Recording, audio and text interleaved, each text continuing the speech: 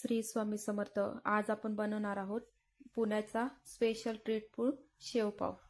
त्यासाठी आपण इथं आपले बर्गरचे पाव घेतलेत। इथे मी मिक्सरचं भांडं घेतले, त्यात आपण आता शेवपावसाठी लागणारी चटणी तयार करून घेऊ। त्यात मी लाल मिरची घालून घेतले, 2 टमाटे घेतले छोटे साईजचे, आता याच्यात मी अद्रक आणि लसूण टाकून घेतलाय आणि मीठ टाकलंय चवीनुसार। आता याला मी छान पेस्ट करून घ्यायची बारीक। बघा आपली छान पेस्ट तयार झाली आहे।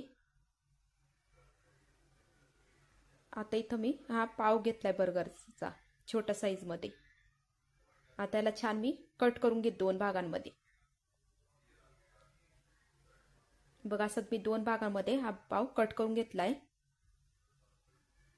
हा शेवपाव खायला एकदम चविष्ट लागतो। बघा असे 2 भाग करून घेतले। आता एका भागाला मी आपली ग्रीन चटणी लावून घेईल, पुदिन्याची घरी तयार केलेली ग्रीन चटणी।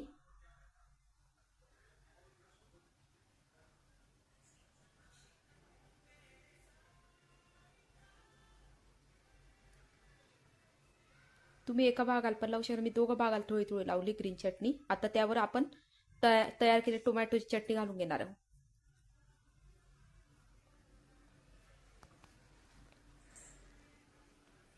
बघा ही चटणी पण छान लावून घेतली आहे 2 भागाला।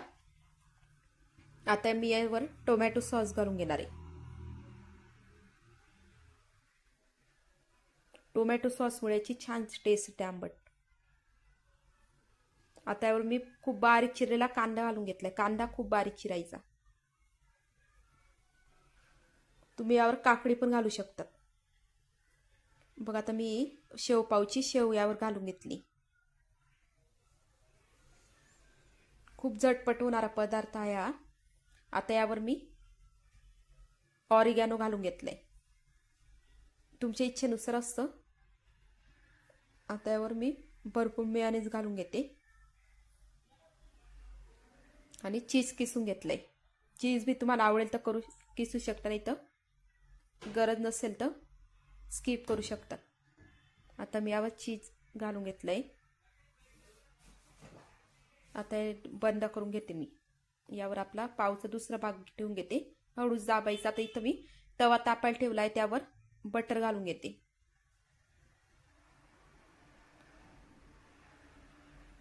आता बटरवर मी हा पाव आपला ठेवून घेणार आहे। आता आपण छान एका बाजूने हा पाव शेकून घेऊ। बघा आपला एका बाजूने छान शेकला गेला। आता आपण याला पलटी करून घेऊ, दुसरी बाजू शेकून घेऊ। यावर थोडं अजून बटर लावून घेऊ आपण। बटरमुळे याची टेस्ट वाढते।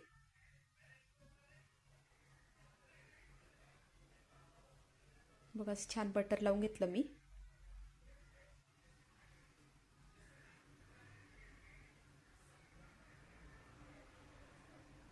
पुण्यात हा जागोजागी भेटतो शेवपाव।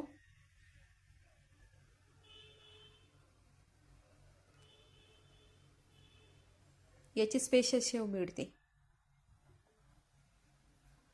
बघा आपला हा दुसऱ्या बाजूने पण छान शेकला गेलाय। आता आपण याला प्लेटमध्ये काढून घेऊ आणि याचे 4 भाग करून घेऊ। बघा छान पाव आपला शेकला गेलाय।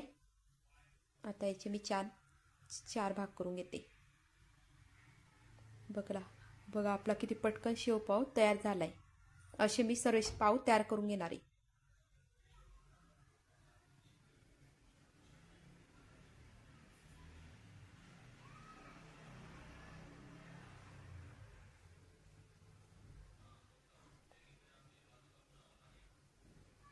बघा आपले शेवपाव तयार आहे। किती सुंदर दिसतंय बघा। हा टेस्टला पण खूप छान लागतो। जर आता मग तुम्हाला ही शेवपावची रेसिपी आवडली असेल तर व्हिडिओला लाईक करा, शेअर करा, कमेंट्स नक्की करा। श्री स्वामी समर्थ।